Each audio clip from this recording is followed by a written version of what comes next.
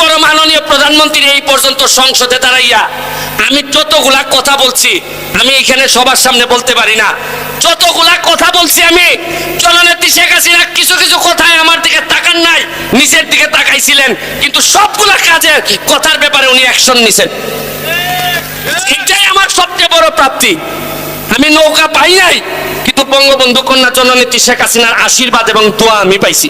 দর্শক মন্ডলী, আপনাদের দেখাতে চলেছি খুবই গুরুত্বপূর্ণ ভিডিও। আপনারা ভিডিওটি না টেনে সম্পূর্ণ ভিডিওটি ধৈর্য সহকারে দেখবেন। দর্শক মন্ডলী, আপনাদের মাঝে উপস্থাপন করতে চাই ব্যারিস্টার সুমন ভাইকে নিয়ে। ব্যারিস্টার সুমন ভাই তিনি সংসদে এমন কি আলোচনা করেছেন যে সেই আলোচনার কারণে এখন তার আসলে জীবনের উপরে হুমকি চলছে। প্রধানমন্ত্রীর সামনে দাঁড়িয়ে এমন কি আলোচনা করলেন যে প্রধানমন্ত্রী মাথা নিচে করে শুনলেন। দর্শক মন্ডলী, ব্যারিস্টার সুমন ভাই প্রধানমন্ত্রীর সামনে এমন কি আলোচনা করেছেন যে একজন প্রধানমন্ত্রী তিনি মাথা নিচু করে চুপ করে তার আলোচনাটুকু শুনলেন। কি আলোচনা করেছেন এবং তার পরিবার নিয়ে কি কথা বলেছেন যে তার বক্তব্য শুনে আমরা সম্পূর্ণ ভিডিওটি ধৈর্য সহকারে দেখব। আসলে ব্যারিস্টার সুমন ভাই সবসময় ন্যায়ের পথে চলেন এবং সত্যের পথে চলেন এবং সত্য কথা বলেন। দর্শক মন্ডলী, আমরা ভিডিওটি দেখব। সম্পূর্ণ ভিডিওটি দেখলে আমরা পুরোপুরি বিষয়টি ভালোভাবে বুঝতে পারবো। তাহলে চলেন, আমরা বেশি কথা বলবো না, আমরা মূল ভিডিও চলে যাই। তার আগে আপনাদের অনুরোধ করতে চাই, আপনারা যারা এখনো পর্যন্ত আমাদের চ্যানেলটি সাবস্ক্রাইব করেননি, আমাদের চ্যানেলে নতুন, তারা অবশ্যই আমার চ্যানেলটি সাবস্ক্রাইব করবেন, পাশে থাকা বেল আইকনটি অন করে দিবেন এবং লাইক করবেন ও কমেন্টস করবেন এবং শেয়ার করে সবার মাঝে পৌঁছে দিবেন যেন সবাই যেন ভিডিওটি দেখতে পারে। তাহলে চলেন ভিডিওটি দেখে আসা যায়। তারপর মাননীয় প্রধানমন্ত্রী এই পর্যন্ত সংসদে দাঁড়াইয়া আমি যতগুলা কথা বলছি, আমি এখানে সবার সামনে বলতে পারি না, যতগুলা কথা বলছি আমি, জননেত্রী শেখ হাসিনা কিছু কিছু কথায় আমার দিকে তাকান নাই, নিচের দিকে তাকাইছিলেন, কিন্তু সবগুলা কাজের কথার ব্যাপারে উনি অ্যাকশন নিছেন। এটাই আমার সবচেয়ে বড় প্রাপ্তি। আমি নৌকা পাই নাই, কিন্তু বঙ্গবন্ধু কন্যা জননেত্রী শেখ হাসিনার আশীর্বাদ এবং দোয়া আমি পাইছি। মাননীয় সদস্য সৈয়দ সাইদুল হক হবিগঞ্জ 4 সম্পূর্ণ প্রশ্ন করুন। মাননীয় স্পিকার, আমার নির্বাচনী এলাকা হবিগঞ্জ 4 মাধবপুর চুনারঘাটে হয় নাই। মাননীয় প্রধানমন্ত্রীর সামনে দাঁড়াইয়া সাহস করে বলছিলাম যে মাননীয় প্রধানমন্ত্রী, মাননীয় স্পিকার, এমন এক দেশে জন্মাইছি যে দেশে উদ্যোক্তার চেয়ে দালালের দাম বেশি। আমাদের কাছ থেকে কিনে নেয় 100 টাকা, আরে আমাদের দালালরা সিন্ডিকেটরা 1 কেজি চার দাম হইল গিয়ে রাখে 400 টাকা। এরা তো 300 টাকা প্রতি কেজিতে লাভ, আর মরছে আমার শ্রমিক আর মালিকরা। এই জন্যই আমার নির্বাচন একটা গুরুত্বপূর্ণ কথা ছিল যে মজা মারে ফজা ভাই, আর আমরা খালি বইটা ভাই, হবে না হবে না হবে না। আর এই ফজা ভাইদের বিদায় দিয়ে আসার আমি, আরে আর যাই করি মরার আগে 4 বছর তো আর এমপি আছি, এরপরে বিদায় কইরা দিয়েন 4 বছরেই 40 বছরের ডাক ডাকাই স্যার আমি কইয়া দিলাম আপনাদেরকে।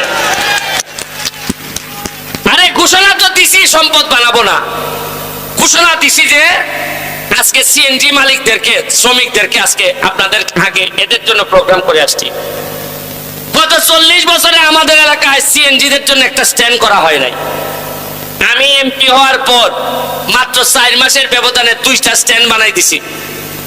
এরা জীবনে চিন্তা করতে পারে নাই যে যখনই যারে বলছে, এরা বলছে যে আরে জায়গা তো নাই বাজারে, তা আমি পাইলাম কই? মানে সবাই নিজের নিয়ে এত ব্যস্ত। শ্রমিকদের আন্দোলনের কথা একমাত্র শ্রমিকদের পক্ষে ওই 1 মেতেই পাঞ্জাবি পরে আইসা নেতারা কথা বলে, এরপরে আল্লাহর কসম করে এরা কোনো কাজ করে না। লম্বা লম্বা বক্তব্য দেয়, পুরাইলাইমো বাঙ্গালাইমো দেখতাছি। আচ্ছা বলেন তো, আমার একটা কথা বলেন, আমি কি সোনারঘাটের মাধবপুরের একমাত্র এমপি? এর আগে কি এমপি মন্ত্রী ছিলেন না? এই সারা সিলেট বিভাগের মধ্যে ওই এমপি আছেন 19 জন। কতজন? আর চা বাগানের শ্রমিকদের ভোট নেন, চা বাগানের শ্রমিকদের কথা বলেন, নেত্রীর কাছ থেকে সুবিধা নেন, এরকম এমপি আছেন মিনিমাম 10 থেকে 12 জন। কেন? চা বাগানের মানুষের ভোট নিছেন। আর একবার আমার চেয়ে বড় বড় পদবীধারী এমপি মন্ত্রীরা ছিলেন, আছেন সিলেট বিভাগের, আছেন চট্টগ্রাম বিভাগের। একবার কি দাঁড়াইয়া প্রধানমন্ত্রীর সামনে বলতে পারেন নাই যে চা বাগানের লক্ষ মানুষের ভোট নিছে, একটা মিনিট যে আমাদের শ্রমিক মালিকরা মরে যাচ্ছে, চা বাগান ধ্বংস হচ্ছে, ধ্বংস থেকে বাঁচান মাননীয় প্রধানমন্ত্রী। এই যে আজকে যে আমি দাঁড়াইছি, মনে করেন এই খবর দেওয়ানদির মালিকের কাছে যাবে না?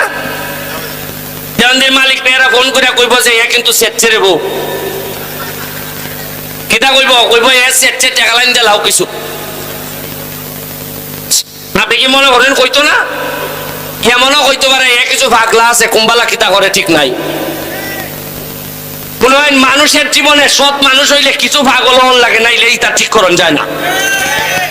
কিছু আধা ভাগল না হইলে এমন ভাবে বাটপার হলাইছো নি, তারে ঠিক করতে গেলে আমার মতো কিছু আধা ভাগল লাগবো এখন দেশের মধ্যে।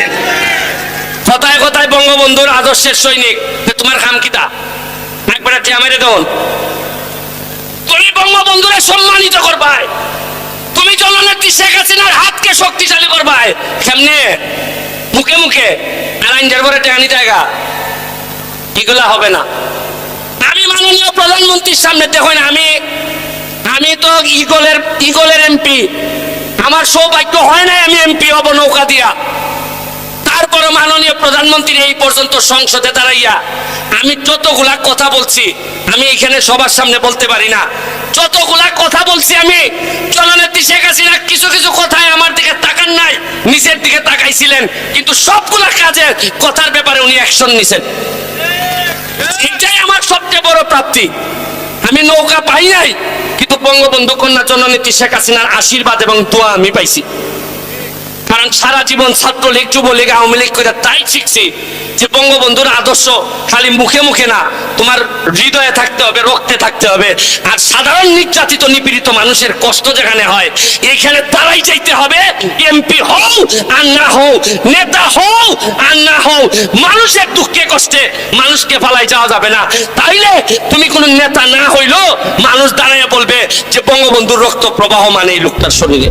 ব্যারিস্টার সুমন ভাই সংসদে দাঁড়িয়ে প্রধানমন্ত্রীর সামনে কি কি কথা বলেছেন, তিনি সম্পূর্ণ বিষয়টুকু দেখার পরে বিষয়টি ভালোভাবে বুঝতে পেরেছেন। তাহলে আজকের মতন ভিডিও এখানে শেষ করছি। সকলে ভালো থাকবেন, সুস্থ থাকবেন, আল্লাহ হাফেজ।